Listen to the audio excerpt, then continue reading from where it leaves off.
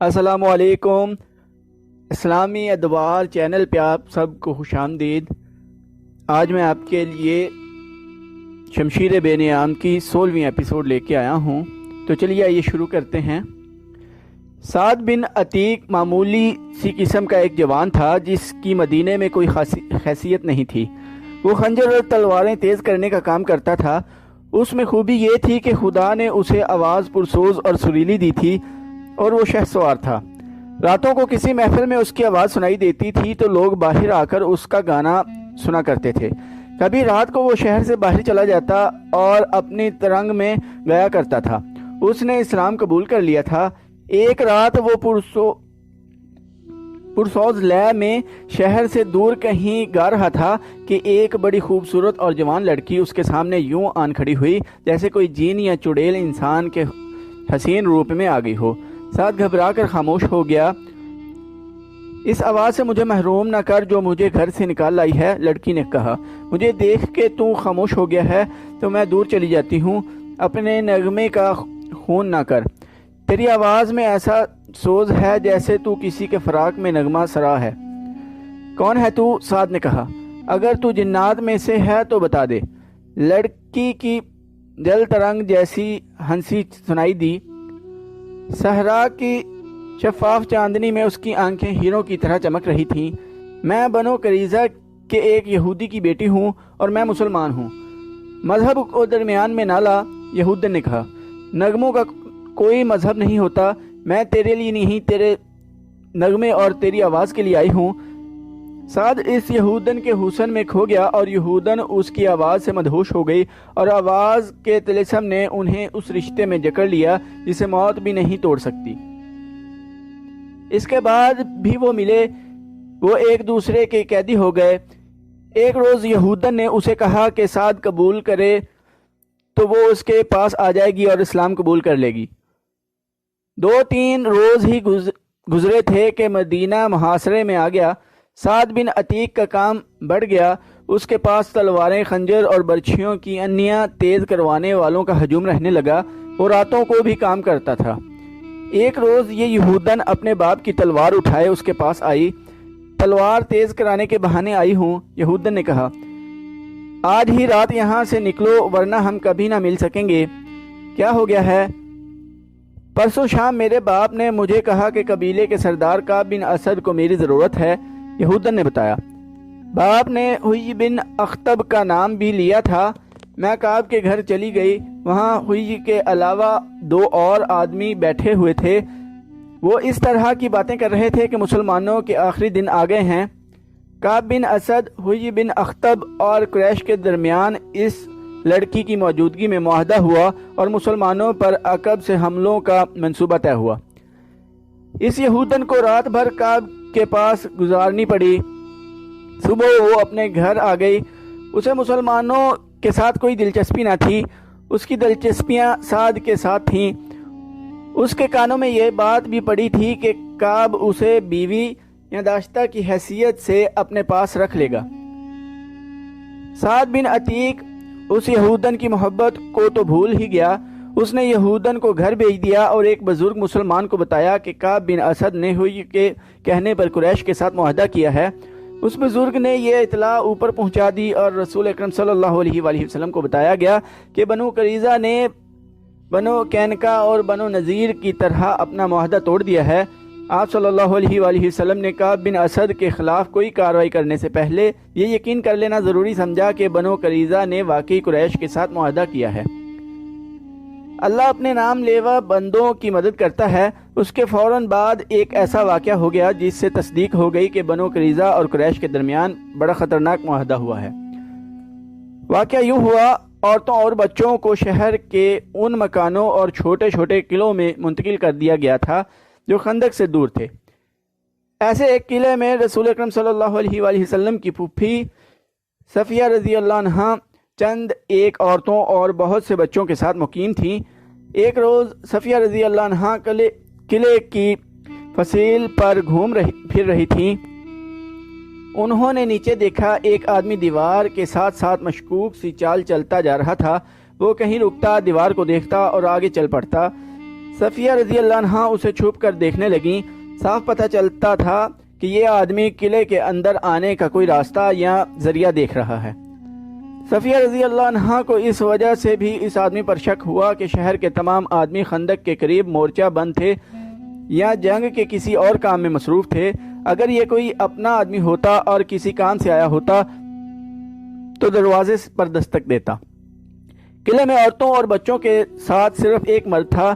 یہ تھے عرب کے مشہور شاعر حسان بن ثابت۔ صفیہ رضی اللہ عنہا نے حسان سے کہا کہ نیچے ایک آدمی مشکوک انداز سے دیوار کے ساتھ جا رہا ہے، مجھے شک ہے وہ یہودی ہے۔ صفیہ رضی اللہ عنہا نے حسان سے کہا، تم جانتے ہو حسان، بنو قریظہ نے دوستی کا معاہدہ توڑ دیا ہے۔ یہ شخص مجھے یہودیوں کا مخبر معلوم ہوتا ہے۔ بنو قریظہ ہم پر عقب سے حملہ کریں گے تاکہ ہمارے مردوں کی توجہ خندق سے ہٹ جائے اور وہ پیچھے آ جائیں۔ یہودیوں کے پاس ہمارے مردوں کو مورچوں سے نکال کر پیچھے لانے کا یہ طریقہ کار آمد ہوگا کہ وہ ان قلعوں پر حملہ شروع کر دیں جن میں عورتیں اور بچے ہیں۔ نیچے جاؤ حسان، اللہ تمہارا نگہبان ہو۔ اس شخص کو للکارو، اگر وہ واقعی یہودی ہو تو اسے قتل کر دو۔ خیال رکھنا کہ اس کے پاس ہاتھ میں برچھی ہے اور اس کے چوغے کے اندر تلوار بھی ہوگی۔ اے عظیم خاتون، حسان شاعر نے کہا، کیا آپ نہیں جانتی کہ میں شاعر ہوں جو صرف جوش دلا سکتا ہے، جوش میں آ نہیں سکتا۔ شاعر سے توقع نہ رکھو کہ وہ اس آدمی کے مقابلے میں جائے گا جو اتنی دلیری سے قلعے تک آ گیا ہے۔ مورخ ابن حشام اور ابن قتیبہ نے لکھا ہے کہ عرب کے عظیم شاعر کا یہ جواب سن کر رسول اکرم صلی اللہ علیہ وآلہ وسلم کی پھوپھی صفیہ رضی اللہ عنہا نے اسے قہر کی نظروں سے دیکھا اور ایسے طیش میں آئیں کہ خود اس مشکوک آدمی کو پکڑنے یا مارنے کے لیے چل پڑیں، لیکن یہ نہ دیکھا کہ ایک مسلح مرد کے مقابلے میں جاتے ہوئے ان کے ہاتھ میں کون سا ہتھیار ہے۔ وہ جلدی میں جو ہتھیار لے گئیں وہ برچھی نہیں تھی، تلوار نہیں تھی، وہ ایک ڈنڈا تھا۔ صفیہ رضی اللہ عنہا دوڑتی باہر نکلیں اور اس مشکوک آدمی کے پیچھے جا رکیں جو دیوار کے ساتھ ایک اور جگہ کھڑا اوپر دیکھ رہا تھا۔ کون ہے تو؟ صفیہ رضی اللہ عنہا نے اسے للکارا۔ مشکوک آدمی نے بدک کر پیچھے دیکھا۔ اگر وہ کسی غلط نیت سے نہ آیا ہوتا تو اس کا انداز کچھ اور ہوتا، مگر اس نے برچھی تان لی۔ صفیہ رضی اللہ عنہا نے اس کا چہرہ دیکھا تو کوئی شک نہ رہا، وہ یہودی تھا اور وہ بنو قریظہ کا ہی ہو سکتا تھا۔ اسے یقین تھا کہ ایک عورت اور وہ بھی ایک ڈنڈے سے مسلح اس کا کچھ نہیں بگاڑ سکے گی۔ تجھ پر خدا کی لعنت، صفیہ رضی اللہ عنہا نے للکار کر کہا، کیا تو بنو قریظہ کا مقبر نہیں ہے؟ محمد صلی اللہ علیہ وآلہ وسلم کی پھوپھی، یہاں سے چلی جا۔ یہودی نے کہا، کیا تو میرے ہاتھوں مرنے آئی ہے؟ ہاں، میں بنو قریظہ کا آدمی ہوں۔ پھر تو یہاں سے زندہ نہیں جائے گا۔ یہودی نے کہا لگایا اور بڑھ کر برچھی ماری۔ جس تیزی سے برچھی آئی تھی اس سے زیادہ تیزی سے صفیہ رضی اللہ عنہا ایک طرف ہو گئیں۔ یہودی کا وار خالی گیا تو وہ سنبھل نہ سکا، وہ آگے کو جھکا اور اپنے بڑھتے ہوئے قدموں کو روک نہ سکا۔ صفیہ رضی اللہ عنہا نے پوری طاقت سے اس کے سر پر ڈنڈا مارا۔ ایک عورت کے بازو میں خدا کا قہر آ گیا تھا۔ یہودی رک کر سیدھا ہوا لیکن اس کا سر ڈولنے لگا۔ صفیہ رضی اللہ عنہا نے اسے سنبھلنے کا موقع نہ دیا اور اس کے سر پر پہلے سے زیادہ زور سے ڈنڈا مارا۔ اب یہودی کھڑا نہ رہ سکا، اس کے ہاتھ سے برچھی گری، پھر اس کے گھٹنے زمین سے لگے۔ صفیہ رضی اللہ عنہا نے اس کے سر پر، جس سے خون بہہ کر اس کے کپڑوں کو لال کر رہا تھا، ایک اور ڈنڈا مارا۔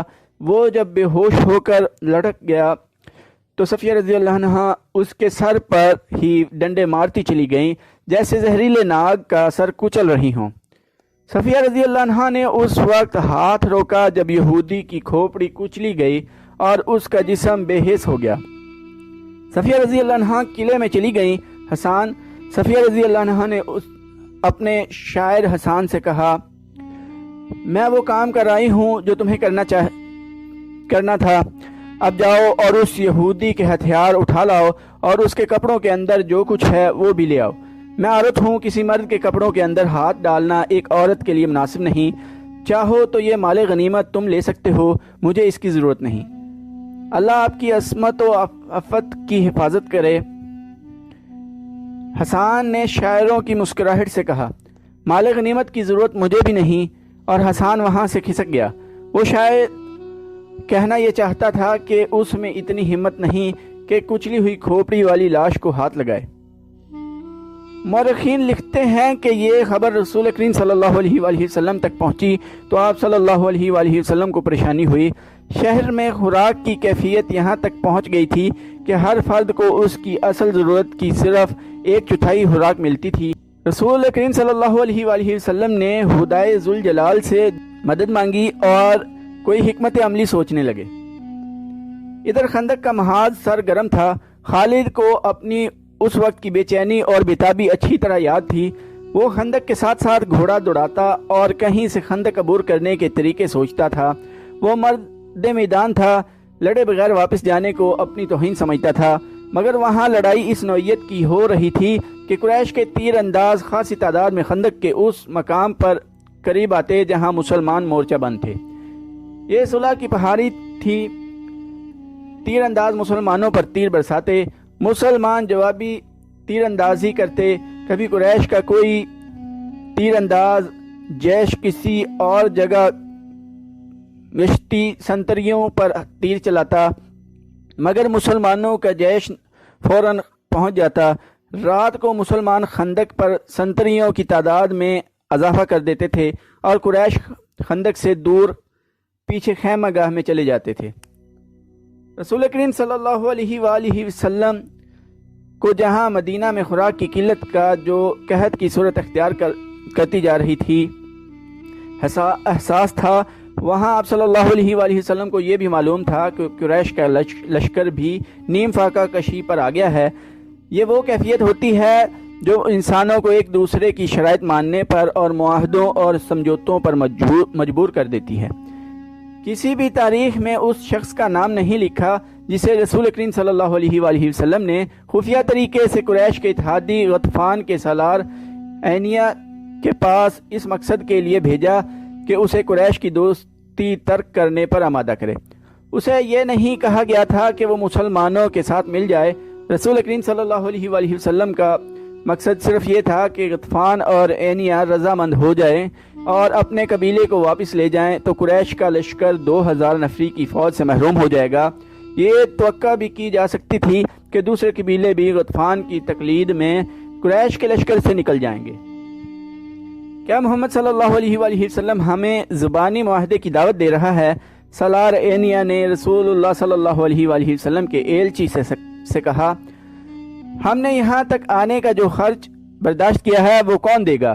ہم دیں گے۔ رسول خدا صلی اللہ علیہ وآلہ وسلم کے ایلچی نے کہا، نبی کریم صلی اللہ علیہ وآلہ وسلم نے فرمایا ہے کہ تم لوگ اپنے قبیلے کو واپس لے جاؤ تو اس سال مدینہ میں کھجور کی جتنی پیداوار ہوگی اس کا 1/3 حصہ تم لے جانا، خود مدینہ آ جانا، پوری پیداوار دیکھ لینا اور اپنا حصہ اپنے ہاتھوں الگ کر کے لے جانا۔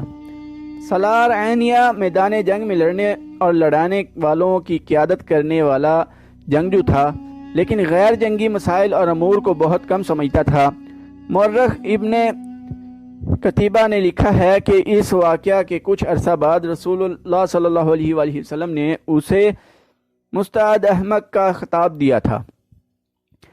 وہ بڑے طاقتور جسم والا اور جسمانی لحاظ سے پھرتیلا اور مستعد رہنے والا آدمی تھا۔